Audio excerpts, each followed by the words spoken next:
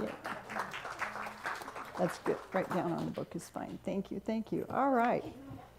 So our lesson today is a fun one. I have a couple of stories that are self-revealing. You know, you always want to know about the minister's life. But before we start, I want to tell you about a husband and wife who had been married for 60 years, and they had no secrets except for one.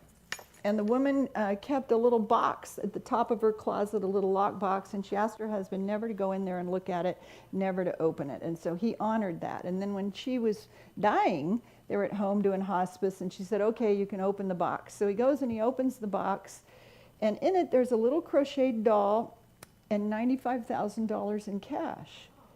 And so she says, well, my mother told me that whenever we would argue that I should take time to reflect, that maybe crochet a doll and then just let things be. And he thought, oh, there's only one doll in there. Of all 60 years, there's only been one time she's really been mad at me.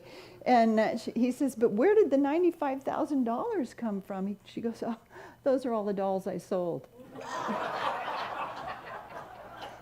Yeah. All right, we know that. I was married to that guy once. All right. So we're continuing in our series on the parables of Jesus. And this morning, I want to talk to you about the parable of the hidden treasure and the parable of the pearl of great price. And Jesus says in those parables that are found in Matthew, the kingdom of heaven is like a treasure hid in a field, that when a man has found it, he hides it. And for joy, he goes and sells all that he has and buys the field.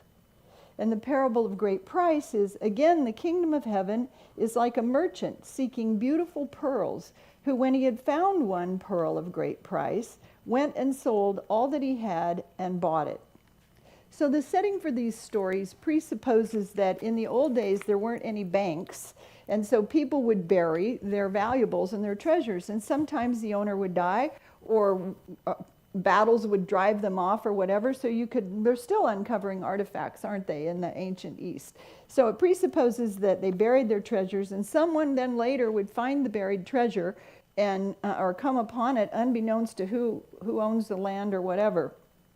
And in this parable, maybe it was a grounds worker, a groundskeeper, a farmer, a laborer who found it, and this discovery was represented his ultimate dream. I mean, it would be like winning the lottery in those days. You know, just everything has the potential to change. The traditional interpretation of this parable is that the hidden treasure represents salvation through Jesus Christ. But the interesting thing is, and that's supposed to be a treasure more valuable than any material possession, than anything outside of us. But the interesting thing is, when Jesus is telling the story, there's no salvation through Jesus Christ, right? That idea wasn't in the environment or the ethers at that time. He's speaking of the treasure that's hidden within us, that sources our joy, the inner part of us from which springs just untold happiness and untold joy. And how do we come into alignment with that kind of joy? He's teaching us that once we understand that we have within us the power to create our circumstances, to heal disease, to change circumstances of lack, that we hold a knowledge that's more valuable than all that's already been manifested in our lives. That within us, what's within us is the most important, most valuable treasure we can have, because in cooperation with the Spirit of God, we can do all things, right? And so then he says we have to realize, or his story is teaching us, we have to realize that this possession of wisdom, of knowing how to co-create our lives with Spirit, that the possession of that wisdom, in that possession of that wisdom, we have to make every conceivable effort to avoid using that information unethically. We have to live in integrity, right? And integrity, you have a slide for this one, Jack. The integrity relates to our behavior and our actions. And the definition is, integrity is doing the right thing through your words, through your actions, through your beliefs, when no one is watching. When no one is watching. Doing the right thing even behind closed doors. And in the metaphysics of Hazel, my mother, she always said, honey, use your good table manners even when you're alone. She said, because you know, and your soul knows, and the God self of you knows, and it responds to how you treat yourself in integrity, to how you hold yourself in value. And as we grow spiritually, we have more and more opportunities to advance spiritually, but our opportunities, our challenges, our circumstances become more refined. You know, we're grown up now. We pretty much don't cheat other people, right? We've outgrown that. You know, so our opportunities to live in harmony inside ourselves sometimes become more subtle. But everything we set in motion returns to us at some level. We can obtain things through questionable means, right? We can never get caught. We can do things and never get caught. My mom isn't here anymore to see if I slurp my soup or not, you know, if I use my good table manners. But if we do those kinds of things, we set ourselves up for the results of those things. We set ourselves onto a path of stress and internal discomfort and unrest. We can never cheat or gyp or manipulate the universe, because it's set up to keep equilibrium and balance and harmony in all things.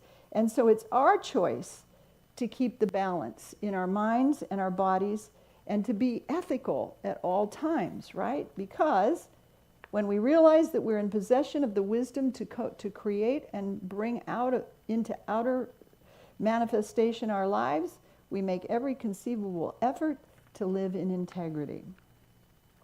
Now, one part of the story where the guy stumbles onto this precious jewel in the field, that's kind of one part of the story that interests me, because the man wasn't looking for the treasure, right? He's just going to work, having a normal day, and then all of a sudden, boop, you know, he wins the lottery, or he's there and he finds this treasure.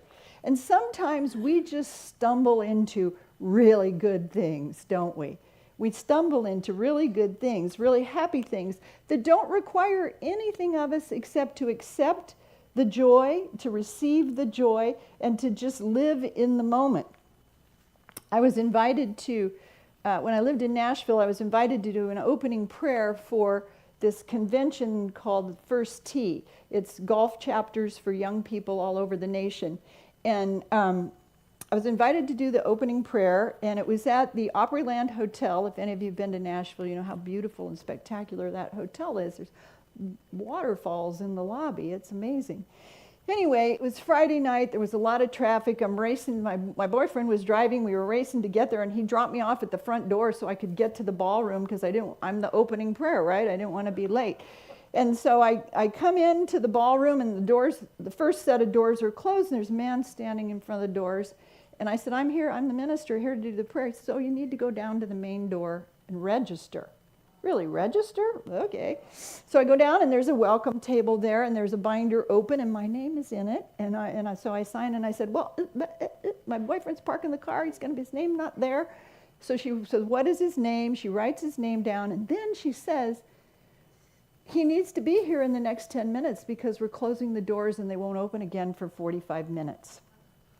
And I thought, a rubber chicken dinner in a ballroom for teenagers? But he got there, we went in, and, you're seated at the head table because it's closest to the stage. And Vince Gill was the MC. He and I did a lot of events together. He could not pick me out in a crowd, so don't ask me to connect you to him. But so he gets up and he opens up and welcomes everybody, and then he introduces me. And then I get up and I do the opening prayer, and then I sit down back at the head table, and then Vince gets up and introduces the keynote speaker, the President of the United States. The President of the United States, George W. in that day. And I'm like, "Brr." So George is there accepting an award for his father, because they're all golfers, Jeb, George, and George Sr., they were all golfers, and they support this First Tee thing. And so he gives his little keynote speech, which was great, honoring the kids. He did a fabulous job. And then he comes and sits down next to me at the table for dinner. And I thought, how much effort would it take to schedule dinner with the President of the United States? I just stumbled into it. And he didn't eat, But he stayed for 30 minutes and he was charming. I have to confess, I didn't vote for him, but he was charming, charming, and he spoke to all the kids. He affirmed them. You know, he's a painter of watercolors. He talked about his painting. We talked about golf. And then zoop, off he went. So at the door, wouldn't let me in. It was the Secret Service. The Secret Service were in the room everywhere. And they closed and locked the room for 45 minutes while he was in the room. And then when he left, everything opened up again. So all that to say, sometimes we stumble onto things that are a blessing.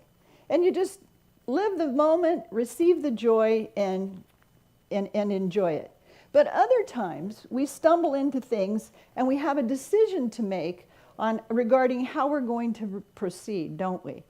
And integrity is the quality of being honest, being trustworthy, being fair, being responsible, caring, and having the courage, the moral courage, the spiritual courage to do the right thing. Without integrity, we can fall short of realizing our potential. It's hard to achieve harmony inside yourself if you're living out of integrity. On a personal level, it can erode trust in relationships. Living out of integrity can damage your self-esteem.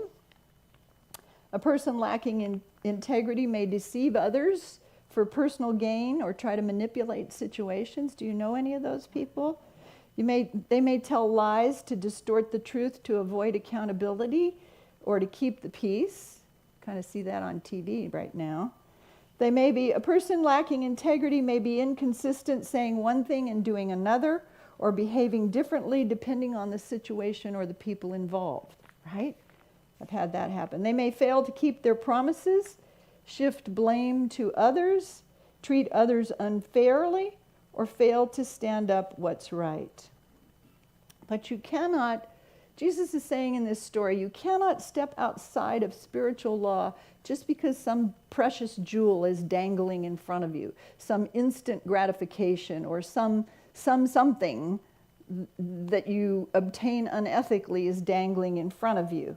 And the good news is when you do the right thing, when you do what's in front of you to do, and you do the right thing, you can depend on spiritual law to work for you every time, no exceptions. And Jesus says you'll be richly rewarded if you stay in that flow of harmony. So let's make it practical. How does integrity operate in our day-to-day lives? Because some of these things like manipulating situations, telling lies to avoid accountability, I want to believe most of us don't live like that anymore. But how does living harmoniously and in integrity operate in our day-to-day lives? So maybe you're out of integrity with yourself.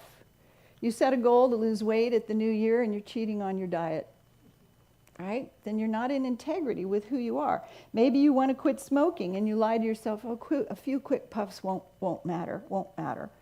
It won't set you back. And you're not in integrity to the truth of what you're trying to achieve, to stay in harmony. Maybe the little white lie is your best friend.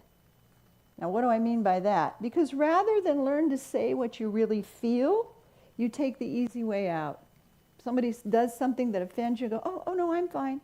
That doesn't bother me. Really, don't be silly. That doesn't bother me.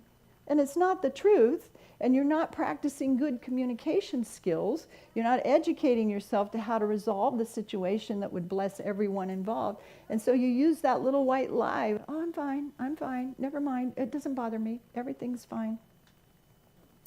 Sometimes this doesn't happen so much anymore with PayPal and Venmo and all of that.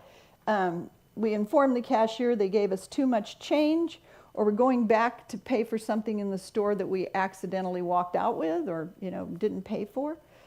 Second story, I was in the grocery store one night late, again in Nashville, 10:30 at Saturday night, which for ministers is like 2 in the morning. And the next day was a big potluck and I had to get something to take. And so I went into the grocery store. I was tired. I still had my sermon notes to put together. It was 10:30 at night.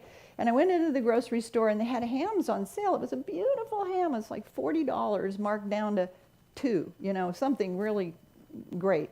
And so I took the ham up to the register to the U-scan to get out quickly, and the discount wouldn't ring up. The $40 rang up. And so I looked around, and you've been in the grocery store 10:30 at night. You can't find anybody, but I finally found a clerk, and he came over and scanned it, and the price change wouldn't come up. And so then he asked the little trainee to run to the back of the store, because the ham was at the very last back of the store place, the refrigerated stuff, and to bring another ham forward with a different tag, scan it, price change wouldn't work. So now they call over the night manager, and the night manager comes over and scans it, and it won't ring up. So the night manager bags the ham, hands it to me, and says, "Take it." Take it. Now, rather than feeling blessed and happy, I felt startled and afraid. I said, "No, I'll just pay the regular price." "No, just take it. Just take it. Just take it." So now I walk out of the store, and instead of feeling good, I'm thinking, it felt like a prank, like I was getting set up. My mind went to all these places, right?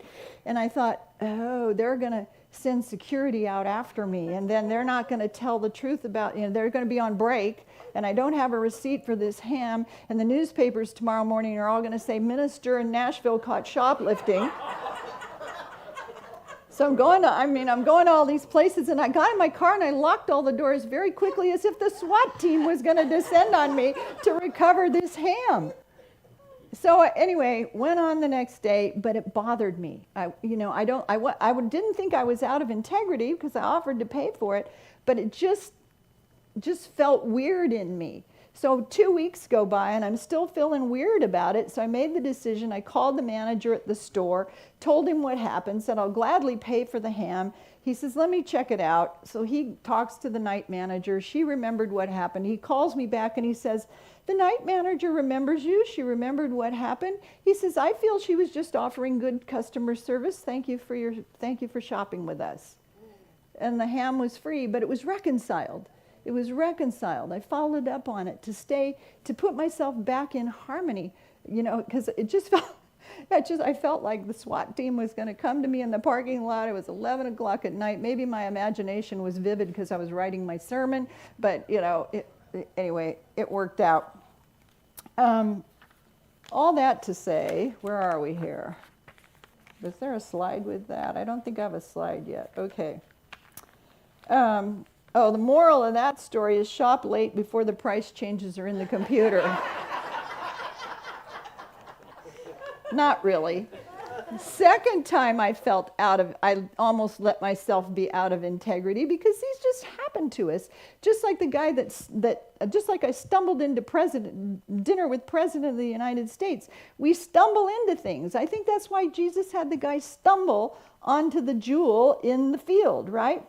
I felt I was too busy to take time to do the right thing. It wasn't a terrible thing, but I was just, I had a to-do list that was a mile long. What happened was I had received an inheritance from my uncle, and half of the money went to me and half of the money went to my uncle's sister-in-law. And months went by, it had all settled, everything was done. And one day I just got onto unclaimed.org. Do you know that website? Unclaimed.org. You go and look for money that you've left in bank accounts or you don't know where it is. And there Uncle Joe popped up, and there was $600 in his name. So I gathered up the paperwork. I sent it off to unclaimed.org, and they sent me half of the $300. And I thought, well, Aunt Mary's sister will never know. It doesn't matter. I don't have time to get the death certificate, get the documents, get all the paperwork, contact the attorney, the settlement attorney, get the sister's address, send all of this. It was just too much. Plus, we'd inherited quite a bit of money, and I thought, what's $300, right? What's $300? But that little voice says, do the right thing, even when no one is looking, right? Do the right thing. So I gathered up all the documents, and I sent them off to Aunt Mary's sister, who I've never met any of these people, and in East Moline, Illinois. And so one day I'm in my office, and the phone, my assistant comes in, and he says, "There's someone on the phone named Donna. She says you don't know her, you've never met her, you're related to her, and she wants to speak to you." Okay, that's an interesting phone call. So I pick it up, and Donna is the daughter of Aunt Mary's sister calling to say, oh my gosh, the $300, this is so wonderful, we're so happy. She's 90 years old, and it was like $1 million to her. We set up a special day to go to the courthouse, and we set up a special day to go afterwards to lunch to celebrate. Thank you so much. Wow. Hidden treasure, right? Hidden treasure. That voice in me, it was just like, it was a few papers, mail them off. We self-talk like that, don't we? I do. I hope I hope you do. It's when we realize we're in possession of the wisdom to create our lives, we want to use every conceivable effort to live with integrity, don't we? That knowledge is more valuable than all that's already been manifested in our lives. To live the spirit of truth that's in us, to live in that harmony. So the slide, behavioral integrity is doing, next slide is, when we are in spiritual integrity, we do the right thing, not for approval or because it's expected, because our direction comes from an inner state of authenticity. Who are you on the inside? Because that's who you really are. And you're given opportunity after opportunity to live that truth. So Jesus is telling us that acting with integrity means understanding and accepting and choosing to live in accordance with your principles and mostly what is on the inside of you, which includes honesty and accountability and responsibility and transparency and courage. And I would say generosity, doing the generous thing, doing the generous thing. I read this week, the benefits of integrity. Self-honesty helps us to relax in mind and body because there's no game playing, no personal agenda, there's no fear of being caught in the parking lot of the grocery store. There's no sense of being a fraud or a fake. We're responsible and we don't make excuses for ourselves. We are fluid within when we live in integrity. It's easy living, easy living. When we're in spiritual integrity, we are at our best. We're in alignment with an inner wisdom that we all have access to if we choose to listen to it. Next slide is up there, which is one of my favorites. Next, yeah. Oh, that's not it. Was there one other one before that? We're fluid within. We do the right thing. No, we are. Next one, I think. There it is. Being in spiritual integrity requires us to learn the skill of discernment so that our minds grow quiet enough for us to hear Spirit's direction, right? And then the courage to follow it. Cherie, send the documents to Aunt Mary's sister, Go back and call the manager at the store and set yourself at peace about the experience. Being in spiritual integrity requires us to learn the skill of discernment so that our minds grow quiet enough for us to hear Spirit's direction and then to cultivate the courage to follow through.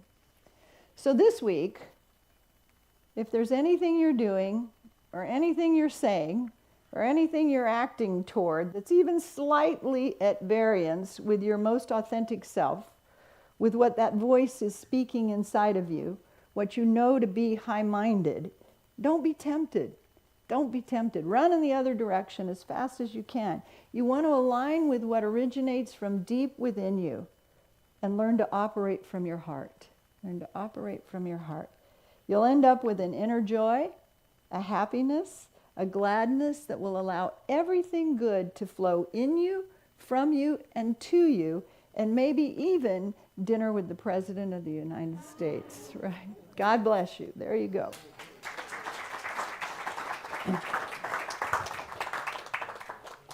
All right, so let's take a moment to seal this all in prayer.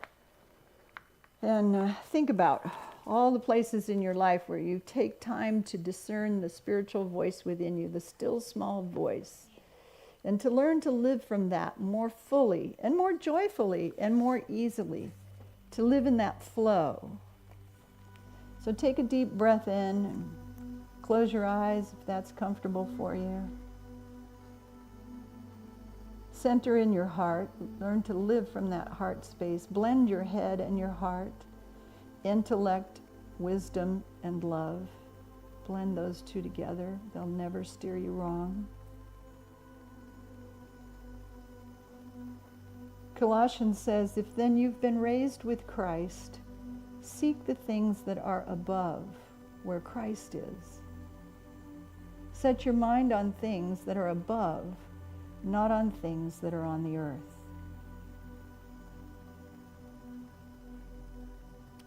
Cora Fillmore, one of the co-founders of Unity, said, Jesus Christ is now here, raising me to his consciousness of divine understanding.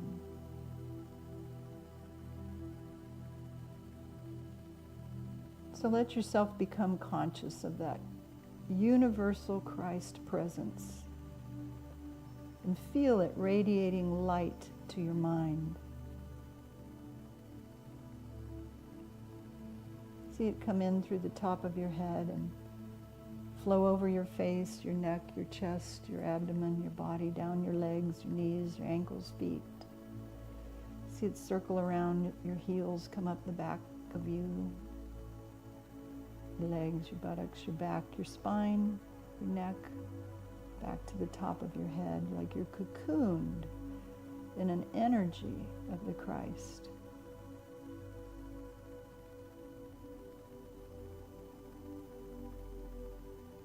And rest for a moment in that all-knowing love and wisdom within you.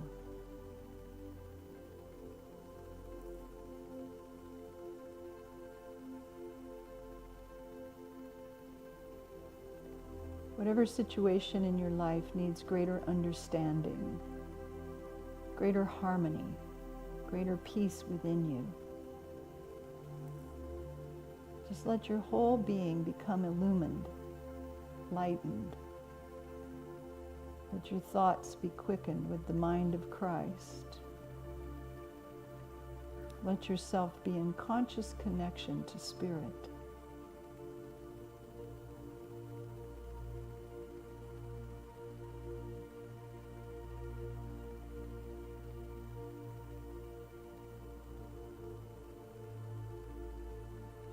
As you call on divine understanding, divine harmony, you may feel your standards of right and wrong undergoing rapid change. Your mind is flooded with infinite knowing,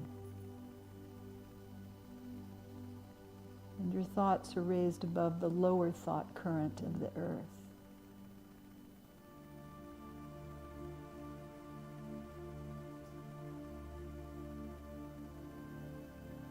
Let your energy and all that you are vibrate with the life and the light of Spirit.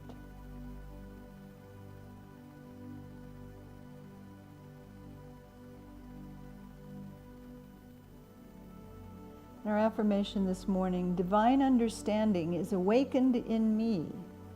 I am divinely guided in all that I do. I'll break that up for us. Divine understanding is awakened in me. Together. Divine understanding is awakened in me. I am divinely guided in all that I do. I am divinely guided in all that I do. Now ask inside yourself for understanding about some condition or situation in your life. Something good that's coming up or something that needs clarity.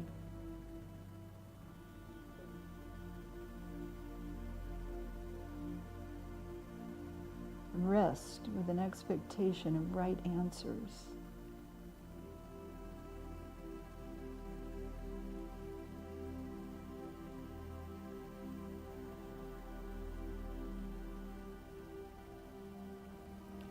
I like to say, let God do the heavy lifting.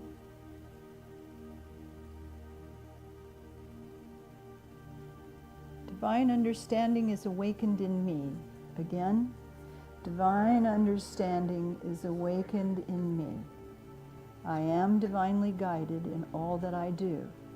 I am divinely guided in all that I do.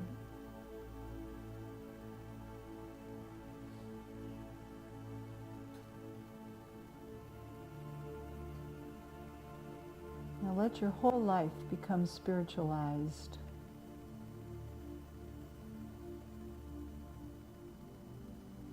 Let yourself be raised with Christ, with the Christ Spirit, and seek the things that are above. High-mindedness.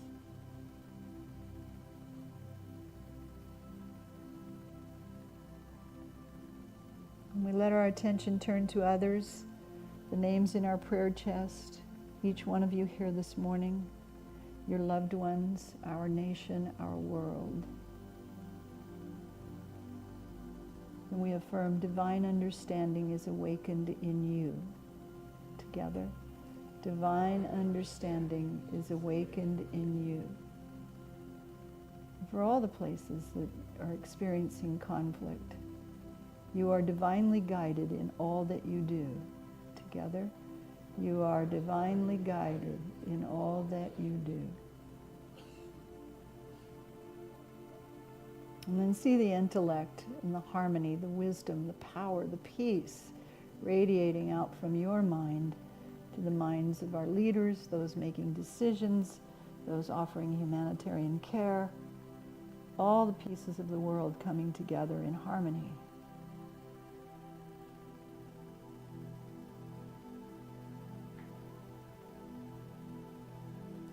Right answers, right answers, right answers. And for this time of praying for others, praying for ourselves and our loved ones, we give thanks. We affirm God's good in the name and the nature of the living Christ. And together we all say, Amen.